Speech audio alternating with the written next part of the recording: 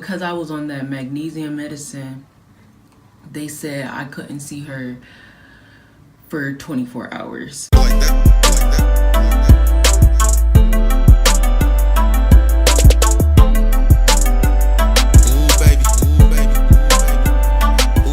Hi Club AMOUR, welcome back to another video.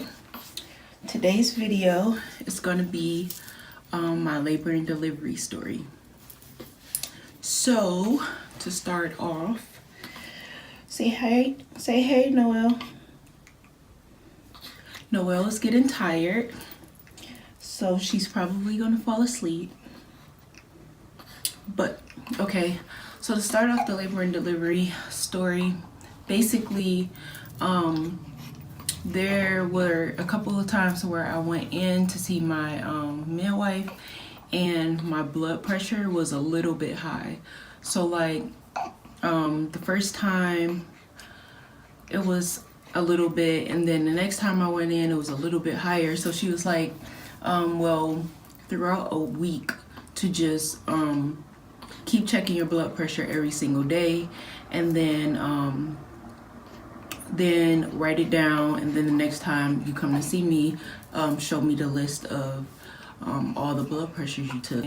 So that's what I did.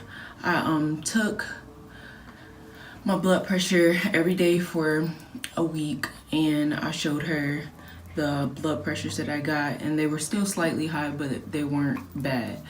So then I remember one day I had a taste for some KFC, and so I got some popcorn chicken and some potato wedges. Both of those not good, I know, but pregnant things, right? So I basically ate that, and then my blood pressure went up.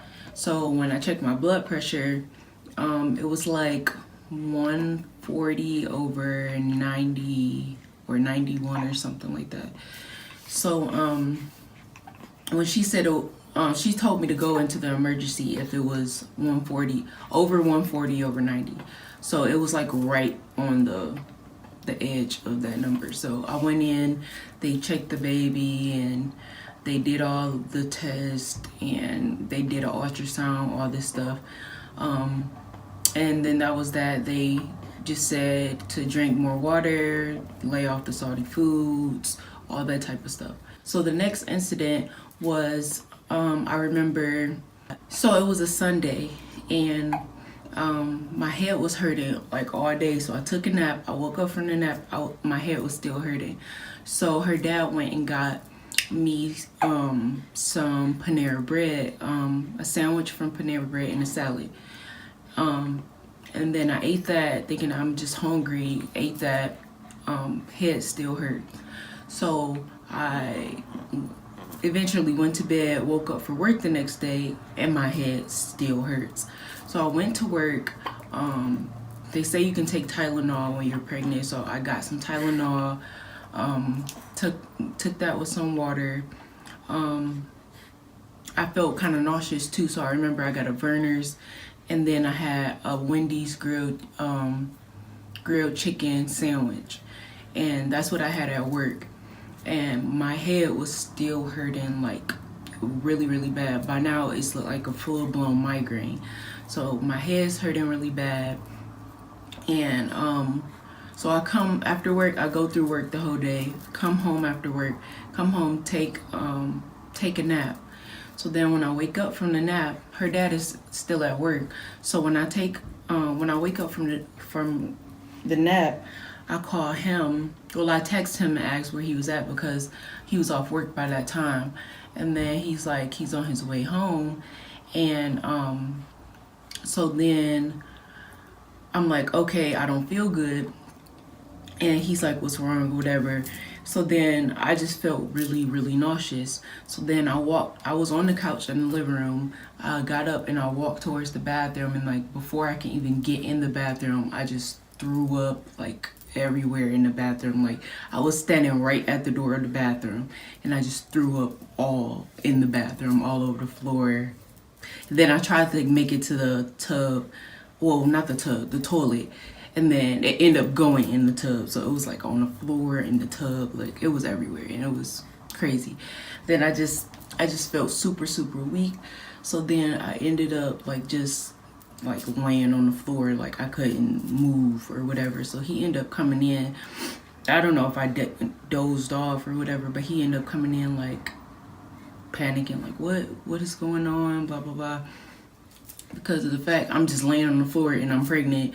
I'm like, what, by then I'm like 8 months pregnant, or almost 8 months pregnant, and just laying on the floor. And I already told him that I didn't feel good, so that wasn't a good look.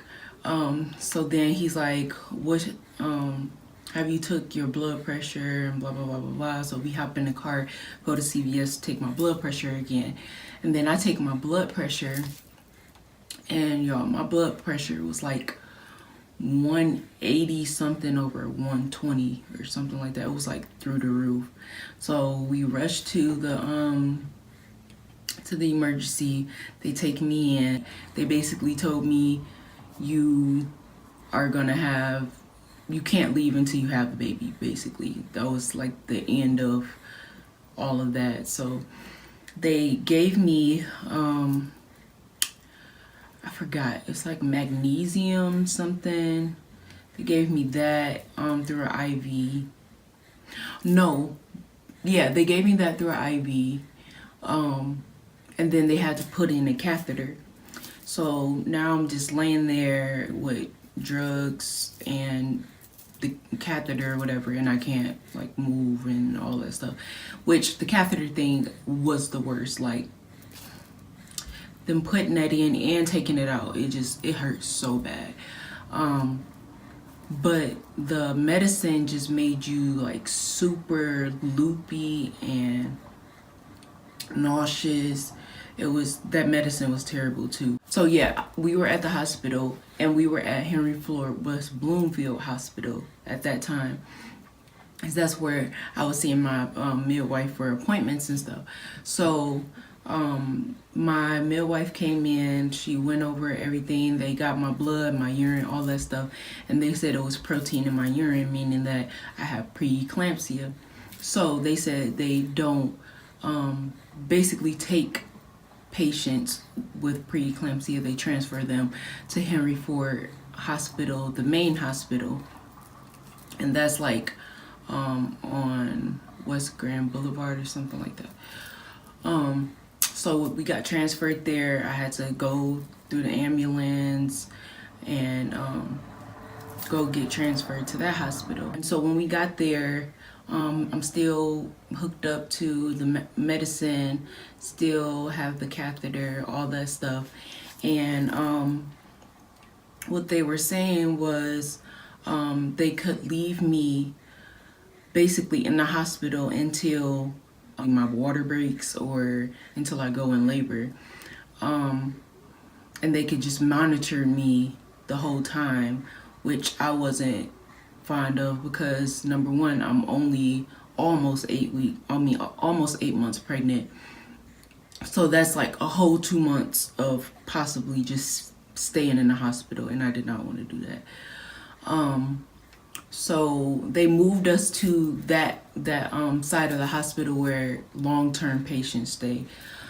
But then they kept taking they had to keep drawing my blood on a regular. They had to keep checking my urine on a regular or whatever, because of the protein in my urine.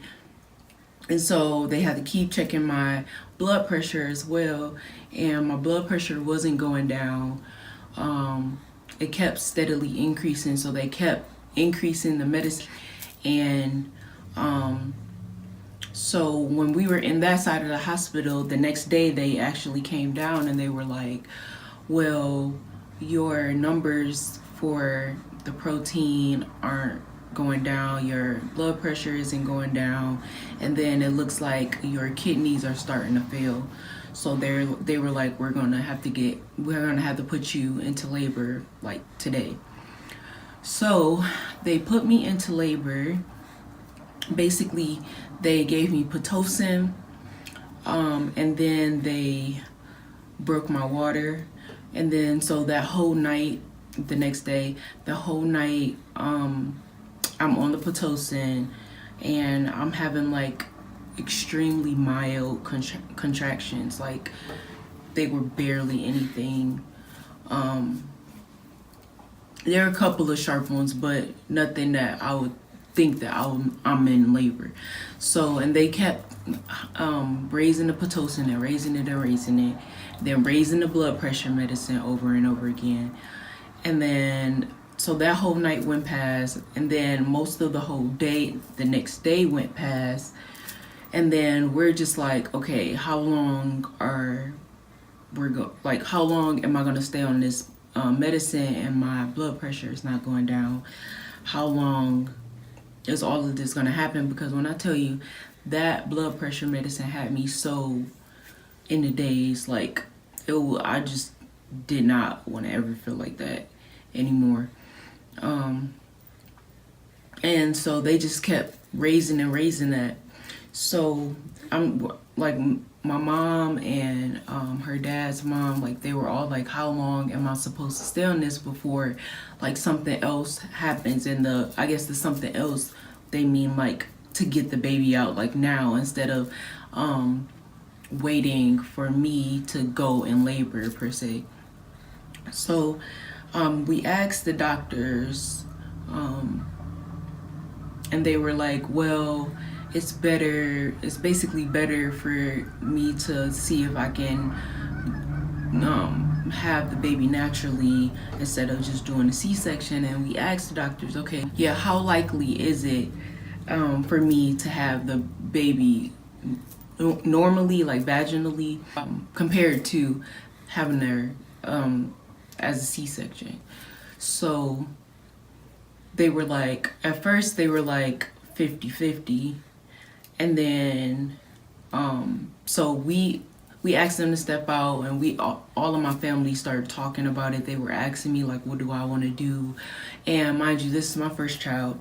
I don't know what I want to do. I never been in labor before. I never had this experience before.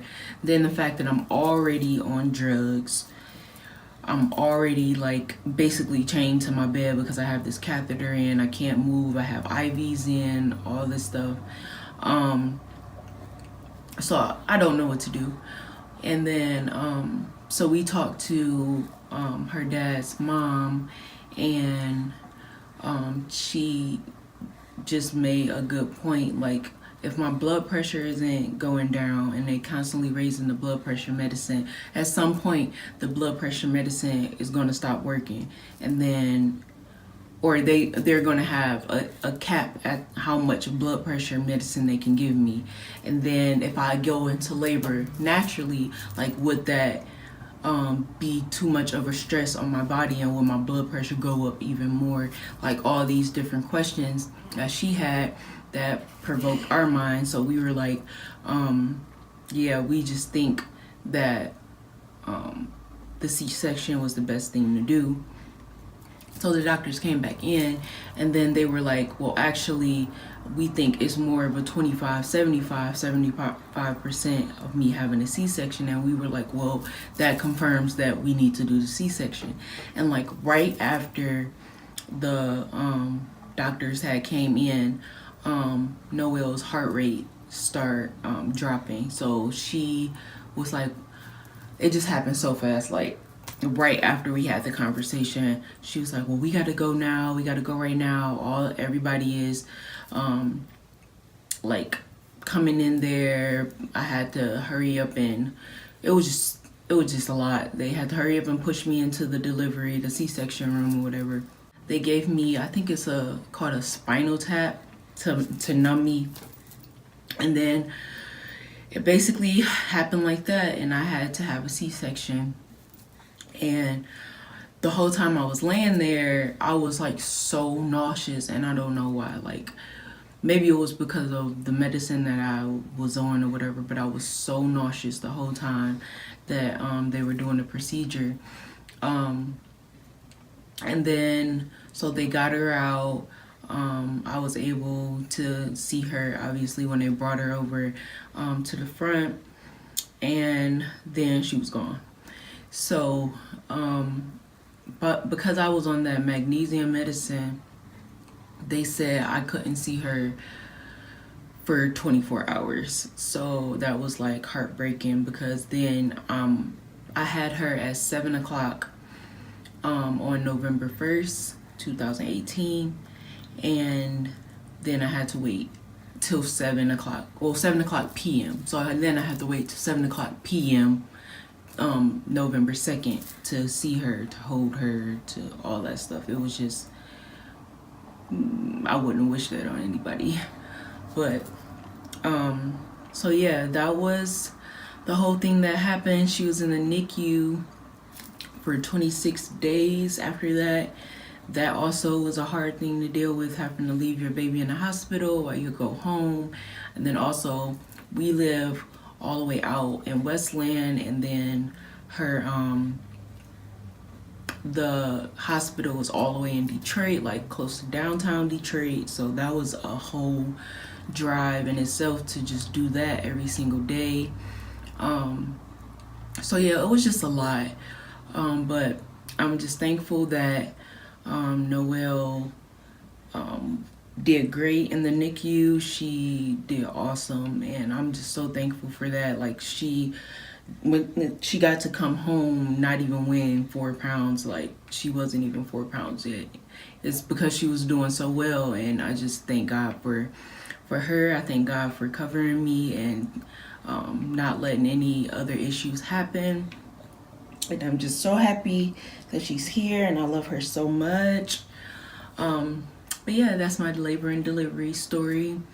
If you guys have any questions or want to know anything else, leave a comment in the comment section and I will answer those for you.